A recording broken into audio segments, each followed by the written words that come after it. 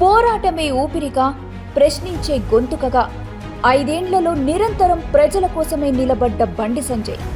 రైతుల కోసం అనేక దీక్షలు, నిరుద్యోగుల కోసం పోరాటాలు, కార్మికుల కోసం ఉద్యమాలు, మహిళల కోసం ధర్నాలు. సర్దార్ వల్లభాయ్ పటేల్ నిజాం పాలనకు చరమగీతం పాడారు. బండి సంజయ్ కేసీఆర్ నియంత పాలనను గద్దెదింపాడు.